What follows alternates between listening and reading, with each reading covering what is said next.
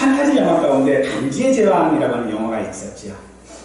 그 중에 보면 첫 번째 그 영화가 반지원전대라고 하는 영화인데, 그 영화를 보면 여러 사람이 등장합니다. 우리가 가장 잘 아는 거기에 등장하는 인물 중에 한 사람이 골룸이죠. 그 다음에 간달프라고 하는 또 사람도 있습니다. 그런데 그 영화를 가만히 쳐다보면 주인공이 누구인지를 잘 모르겠어요.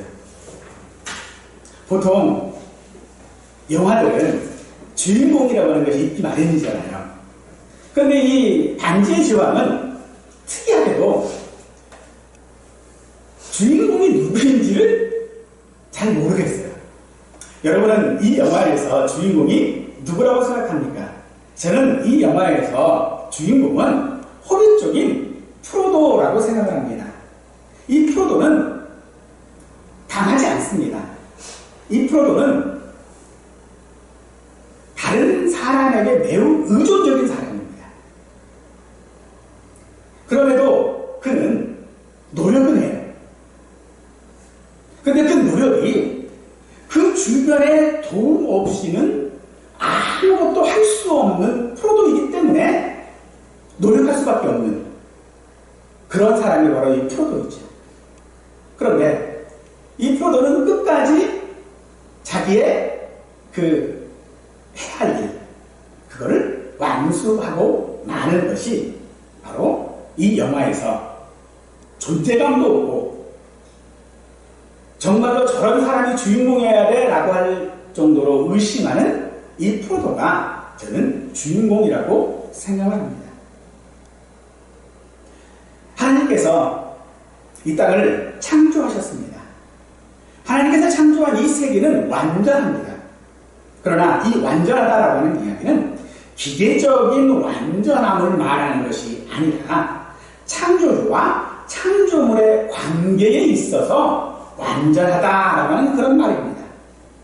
그런데 아담과 하와가 자신들의 자유의지를 바르게 사용하지 못함으로 말미암아 죄가 이 땅 가운데 들어왔고, 그 죄는 하나님과 아담과 하와의 관계를 깨트리게 되었지요. 그 깨어진 하나님과의 관계, 그 관계가 이제는 사람들 사이에서도 나타난 사건이 오늘 우리가 읽은 본문의 이야기입니다. 우리가 최초의 살인으로 알고 있는 가인과 아벨의 이야기는 바로 사람들 사이의 관계가 얼마나 중요한지를 말하려고 하는 것이 아닙니다.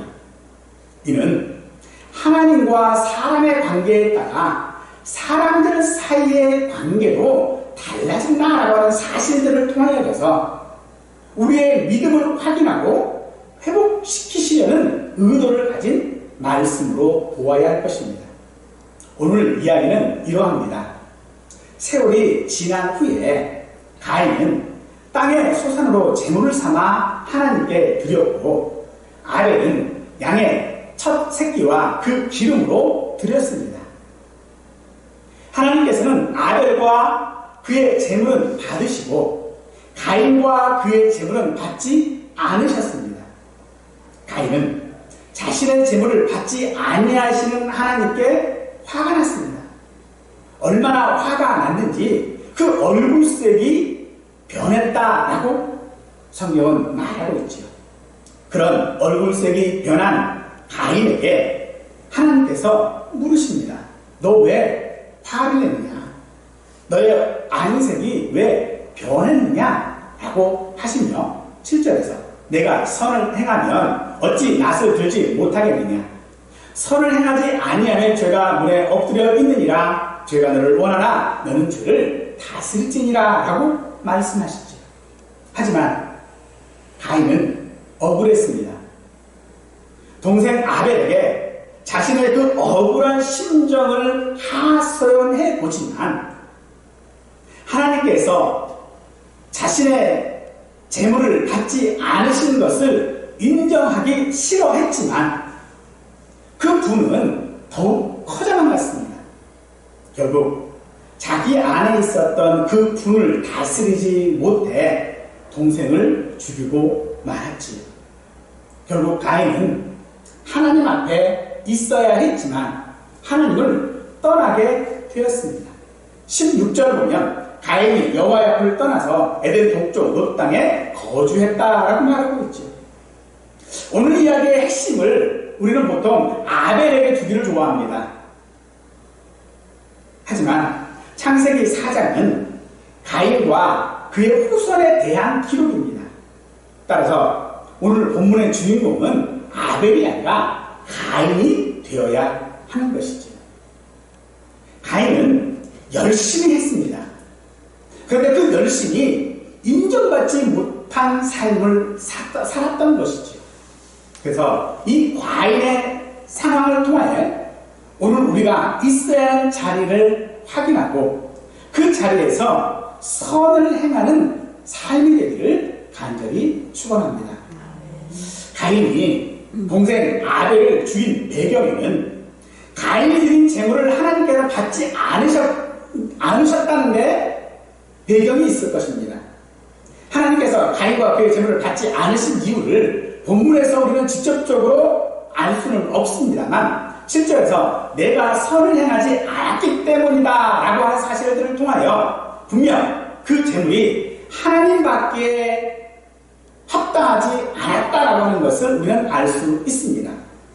그것을 하나님께서는 선이라고 말씀을 하고 있는 것이죠. 선이라고 하는 것이 무엇일까요? 이 선이라고 하는 말의 뜻에는 잘 되다, 바른 위치에 놓였다 라고 하는 뜻을 가지고 있습니다. 즉 어떤 지정된 자리에 있어야 하는 것이 선이라는 것입니다. 지정된 자리에 있지 않은 것은 선이 아니라는 것이죠. 이것은 바로 그 자리에 없다면, 있어야 할 그 자리에 없다면 그것은 선이 아니다라는 말씀인 것이죠.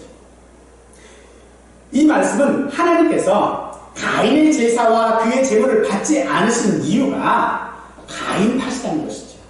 가인이 바른 위치에 있어야 했는데 그 바른 위치에 있지 않았기 때문에 하나님께서는 그의 제물을 받지 않으셨다라고 말하는 것입니다. 그래서 7절에서 내가 선을 행하지 않았기 때문이다라고 분명히 말씀하고 있는 것이지요. 3절과 4절에서 가인과 아벨은 하나님께 제물을 드렸다라고 하죠. 여기서 이 제물을 드렸다라고 하는 말은 장소를 의미하는 말입니다. 즉 하나님께서 제사를 받으시는 특정한 장소가 있었음을 말하는 것입니다. 이 장소는 바로 하나님 앞입니다. 가인은 하나님 앞에 있지 않았습니다. 16절 가인이 여호와의 앞을 떠나서 에덴의 동쪽에 거주했다라고 말하고 있는 것이죠. 하나님께서 가인의 제물을 받지 않으신 이유에 대하여 선을 행하지 않았기 때문이다라고 하셨다면 가인은 그 선이라고 하는 것이 무엇인지를 알고 있었다라고 하는 말인 것입니다. 그저 하나님께서 내가 선을 행하지 않았다라고 말씀하셨다는 이유는 그 선이 무엇인지 가인이 분명히 알고 있었다라고 하는 것을 전제하고 있는 것이죠. 가인은 자신이 하나님 앞에 있어야 함을 알았으나 그는 하나님 앞에 있지 않았다라고 하는 말이죠. 즉 하나님 앞에 제사하는 특별한 방법, 하나님 앞에 어떻게 있어야 하는지를 가인이 알았지요. 오늘 우리도 하나님 앞에 있어야 합니다. 우리가 하나님 앞에 있어야 하는 그 방법은 성경인 영과 진리로 예배하는 것이다 라고 말하고 있습니다. 그러므로 우리가 오늘 하나님 앞에 있어야 할 자리는 영과 진리로 예배하는 자리여야 합니다. 이 사실을 로마서 10장 17절은 아벨은 믿음으로 제사를 드렸다라고 하고 있는 것입니다. 하나님께서 받으시는 예배는 믿음으로 드리는 예배여야 합니다. 즉 하나님께서 받으시는, 하나님께서 선이라고 생각하시는 것은 믿음으로 하나님 앞에 있는 것이다라고 말씀하고 있는 것입니다. 그러므로 이 믿음이라고 하는 것은요, 두 가지를 포함하는 말입니다. 그것은 선택과 수용이라고 하는 것이지. 선택이라고 하는 것은 우리가 믿기로 작정했다라고 하는 것이 아니라 하나님께서 복 주시기로 나를 선택하셨다라고 하는 것이고, 우리는 이 사실을 거부하는 것이 아니라 받아들이는 것이 바로 수용인 것입니다. 즉 하나님께서 나를 택하신 사실을 인정하는 것이 바로 믿음인 것이지요. 그러므로 우리가 하나님 앞에 있어야 한다라고 하는 말은, 하나님 앞에 있는 것이 선해야 한다라고 하는 말은, 믿음으로 하나님께서 나를 선택하시고 하나님께서 나를 기뻐하신다라고 하는 그것을 믿음으로 하나님 앞에 있는 것입니다. 그것이 오늘 우리가 선택해야 될 것 같은 거죠. 따라서 하나님 앞에 있다라고 하는 것은 그 믿음을 의지하는 것입니다. 누가복음 5장에서 보면 우리는 그 예를 볼 수가 있겠죠. 5절에 보니까 시몬이 대답하여 이르되 선생님, 우리들이 밤이 새도록 수고하였을 때 잡은 것이 없지만은 말씀에 의지하여 내가 그물을 내리다 하고 말하고 있지요. 의지한다라고 하는 것은 논리와 감정과 경험을 뛰어넘는 것입니다. 베드로가 자신의 경험, 자신의 의지, 자신의 논리를 다 뛰어넘어서 예수님의 그 말씀 한마디, 그것에 의지하여 그물을 내렸다는 것이죠. 바로 우리가 하나님을 앞에 있다라고 하는 것은 내 모든 것들을 내려놓고 그리고 하나님을 의지하는 것입니다. 사람들과의 관계, 이것은 거절당할 때 보면 어떤 관계인지가 분명하게 드러납니다. 내 요구, 어떤 노력, 이런 것들이 상대에게 수용이 되어지면 아무런 문제가 없어요. 그런데 거절되어져 버리잖아요. 그러면 문제가 생기고 저 사람과의 관계를 다시 생각하게 되죠. 그래서 사람들이 거절당했을 때 하는 말이 있지요. 어떻게 네가 그래? 이 말이 사실은 거절당했다는 것이거든요. 이 거절이 무엇입니까? 자신의 노력이었거든요. 자신의 의지였고 자신의 경험이었습니다. 그런데 그것이 거절되었어요. 가인은 자신의 재물이 거절되었을 때에 고개를 쭉 숙입니다. 얼굴을 땅에 떨어뜨립니다. 이는 자신이 올바른 선을 행하지 못했고 올바로 하나님을 의지하지 못하는 믿음을 가졌음을 부끄러워하고 또 면목 없어서 보이는 반응이 아니라 자신의 화, 자신의 분을 참지 못해서 고개를 숙이는 것입니다. 자신이 받았던 그 굴욕감을 느끼는 것을 행동으로 보이는 것이죠. 하나님께서는 재물의 종류가 아니라 가인과 아벨을 보고 판단하셨습니다. 그리고 가인의 마음을 받지 않으셨다는 것입니다. 하나님께서는 재물이 아니라 그 재물을 드린 사람을 받으셨습니다. 그런데 우리가 무슨 어떤 사람들에게 거절되었다라고 하는 것은 바로 자신의 마음을 받지 않은 것이라는 것이죠. 그러므로 우리가 하나님 앞에 드려야 할 것이 무엇입니까? 로마서 12장 1절은 너희 몸을 하나님이 기뻐하시는 거룩한 산 제사로 산 제물로 드리라 라고 우리에게 그 이유를 말씀하고 있습니다. 가인이 분하여 안색이 변한 것은 그가 하나님을 향한 분노 때문이었습니다. 결국 이 분노는 동생을 죽이는 것으로 나타났고 하나님 앞을 떠나는 것으로 표현되었습니다. 가인이 이렇게 분하여 한 이유는 분명합니다. 거절되었기 때문인 것이지. 그의 재물은 사실 아름다운 것이었고 최고의 열매였고 그의 많은 수고와 노력의 대가를 치른 것이었습니다. 그런 것으로 가인은 하나님 앞에 드린 재물을 삼았습니다. 때문에 아마도 가인은 그 드린 재물, 자신이 가지고 온 그것에 대하여서 상당한 만족함을 가지고 하나님 앞에 나왔을 것입니다. 그런데 자신이 만족하는 그 재물을 하나님께서 받지 않으셨다는 것이죠. 자신의 노력과 수고가 헛되게 끝난 것으로 인하여 그는 분하고 안색이 변한 것입니다. 자신의 방식으로 하나님 앞에 나갈 수 없음에 화가 난 것입니다. 가인은 땅의 소산으로 재물을 삼았습니다. 이것은 자기의 의지를 반영하고 있는 것이죠. 자신이 보기에 좋은 것을 선택했던 것입니다. 자신의 수고의 산물을 드렸고 자신의 손으로 행한 공로를 드리고자 했던 것입니다.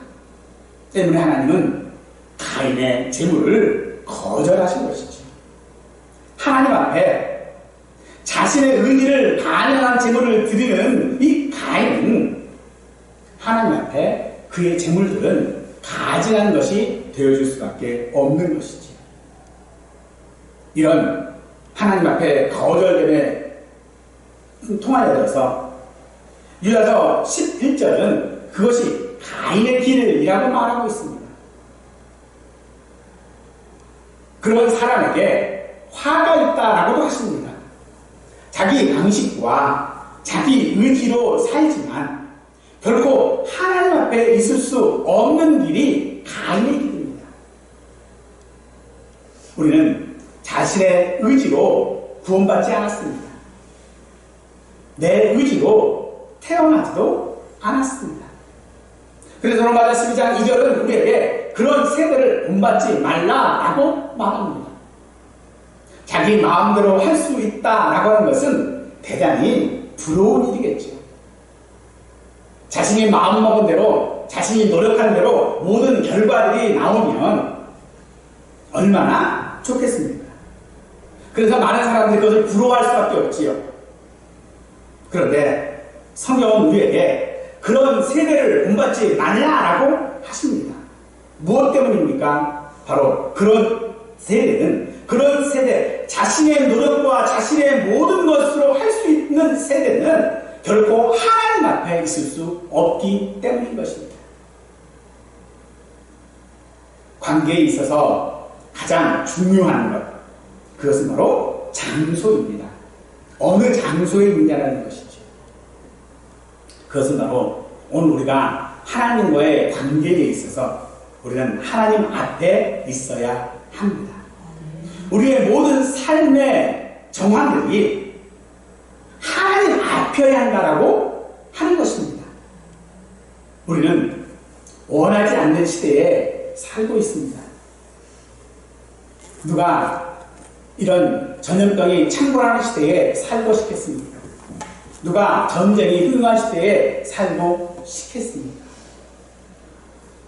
누구도 자신이 원하는 시대에 살고 있지 않습니다. 아무도 이런 상황을 선택하지 않았습니다. 그래서 우리는 억울합니다. 내가 선택하지도 않았고 내가 원한 것도 아닌 삶을 살고 있는 나 자신, 내 모든 노력에도 불구하고 그것이 거절되어지고 이루어지지 않는 것에 대하여서 우리는 때로 억울합니다. 가인처럼 최선을 다해서 열심히 살았지만 그럼에도 내 인생은 거절되어졌고 실패했습니다. 인류 역사에 억울하지 않을 사람은 아마도 없을 것입니다. 여러분, 오늘 여러분의 삶이 억울하다고 생각하십니까? 억울하다고 생각하는 이유가 무엇입니까? 그것은 내가 최선을 다했기 때문입니다. 내가 열심히 살았다라는 것입니다. 그런데도 억울해요. 그것은 이루어지지 않았기 때문입니다. 바울도 그러했습니다. 아무 준비도 아무 돈도 없이 살아야 했고 자신의 사명을 감당해야 했던 사람이 바울입니다. 그는 말합니다. 나는 비천에 처할 줄도 알고 풍부에 처할 줄도 알아. 모든 일과 곧 배부름과 배고픔과 풍부와 궁핍에도 처할 줄 아는 일체의 비결을 배우노라. 고린도후서 11장에서는 옥에 갇히기도 더 많이 하고 매도 수없이 맞고 여러 번 죽을 뻔하였으니 유대인들에게 40에서 하나 강한 매를 5번이나 맞았으며 3번 태장으로 맞고 1번 돌로 맞고 3번 파선하고 일주야를 깊은 바다에서 지냈으며 여러 번 여행하면서 강의 위협과 강도의 위험과 동족의 위험과 이방인의 위험과 시내의 위험과 광해의 위험과 달의 위험과 거짓 형제 중에 위험을 당하고 또 수고하며 애쓰고 여러 번 자지 못하고 줄이며 목마르고 여러 번 굶고 춥고 헐벗었다라고 말하죠. 무슨 말입니까? 열심히 했습니다. 예수님을 만나서 그 예수님께 받은 사명을 열심히 감당했습니다. 그런데 그의 현실은 배고프고 궁핍하고 메마고 모든 위험에 처하고 애쓰고 잠도 못 자고 목도 마르고 굶어 죽을 뻔한 적이 여러 번이다라고 하는 것이죠. 그래서 사람들은 바울에게 말합니다.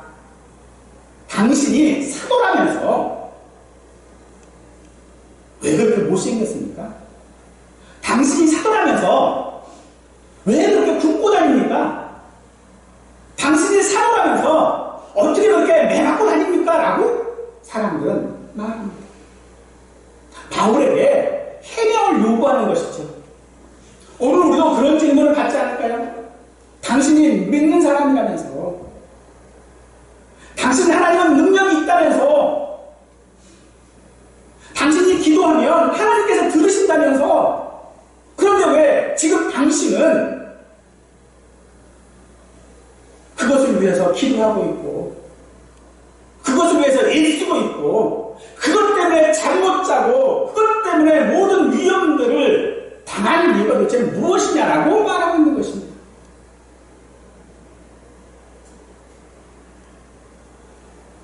가인처럼 우리는 억울할 수밖에 없습니다. 내가 최선을 다한 것이 억울할 수밖에 없습니다. 하지만 바울은 그것이 하나님의 능력이라고 말하고 있다는 것입니다. 고린도전서 2장 5절 말씀입니다. 너희 믿음이 사람의 지혜에 있지 아니하고 다만 하나님의 능력에 있게 하려 하리라. 지금 바울이 당하고 있는 그 억울한 현실, 가인이 받았던 그 억울함들, 그건요 이 땅에 있는 누구든지 겪는 현실이지만은 그 현실이 내가 결정하고 내 의지로 할 수 있는 일이 아니었습니다.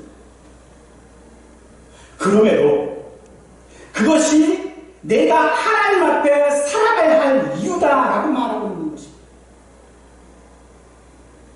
내 선택도 아니고 내 현실이지만은 내 의지도 아닌 지금의 내 정황들, 그 정황을 하나님 앞에서 살아가는 것이, 아니 하나님 앞에서 살아가도록 하는 것이 하나님의 능력이라고 말하는 것입니다.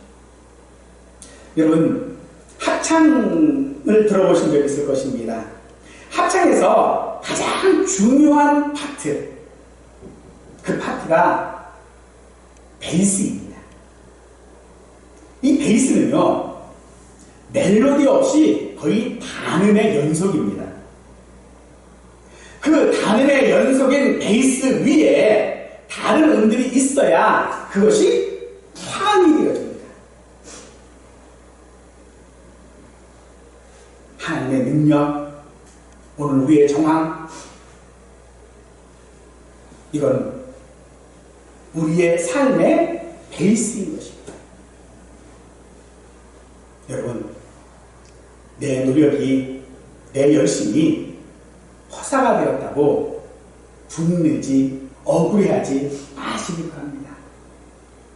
그것은 하나님께서 내 삶을 이끄시는 방법일 수 있습니다. 출애굽한 백성들을 보십시다. 그들을 편안하고 빠른 길로 인도하시지 아니하시고 그들을 광야길로 인도하셨죠. 그 이유가 무엇입니까? 그들이 편한 길, 빠른 길로 가면 다시 애굽으로 돌아가기 때문에 그렇습니다. 그래서 광야길, 힘든 길, 그 힘들고 힘든 그 길로 우회시키셨다는 거예요. 그것이 하나님께서 이스라엘 백성들을 이끄시는 방법이었다면 오늘 우리의 삶은 광야길과 같은 그런 삶일 것입니다. 그래서 우리가 겪는 현실, 지금의 우리의 조건들, 이 모든 것들은 하나님께서 일을 이루시는 방법이라는 것이죠. 하나님의 지혜이고요, 하나님의 능력이라는 것입니다. 그것으로 우리가 하나님 앞에 있기를 간절히 원합니다. 여러분, 찬송가 337장의 가사를 한번 생각해 보십시다. 1절에 이렇게 되어 있더라고요. 내 모든 시험, 무거운 짐을 주 예수 앞에 다 아뢰이며 근심에 쌓인 날 돌아보사 내 근심 모두 맡으셨네. 근심한다고 내 삶이 어렵다고 떠나가는 것이 아니라 그것 들고 하나님 앞에 있으라는 것입니다. 그러면 맡아주신다고 말씀하십니다. 4절에 보면 이렇게 되어 있습니다. 마음의 시험 무거운 죄를 주 예수 앞에 아뢰면 예수는 나의 능력이 되사 세상을 이기는 힘 주시네. 우리의 모든 정황들을 이겨낼 수 있는 힘이 바로 예수님의 능력, 하나님의 능력이라고 말하는 것이죠. 여러분, 우리가 있어야 하는 하나님 앞에서의 우리의 삶은 우리의 노력으로 차지할 수 있는 자리가 아닙니다. 그 자리는요, 하나님의 은혜로 나아갈 수 있는 자리입니다. 우리의 형편없음에도 불구하고 기어코 당신 앞으로 나오게 하시는 하나님의 능력을 의지하시기를 바랍니다. 성도가 무엇입니까? 우리의 노력으로 사는 삶이 아니라 하나님의 은혜로 사는 것이 성도이고 하나님 앞에 살아가도록 이끄시는 것이 하나님의 능력이다 라고 말하고 있습니다. 사랑하는 성도 여러분, 내 의지, 내 노력을 의지하는 삶이 아니라 하나님을 의지하는 삶이 바로 믿음으로 사는 것이며 하나님 앞에, 그 하나님 앞에 있게 하시는 하나님을 의지하며 살아가는 것이 바로 오늘 저와 우리 모든 성도들의 삶이 되어주시기를 간절히 축원합니다.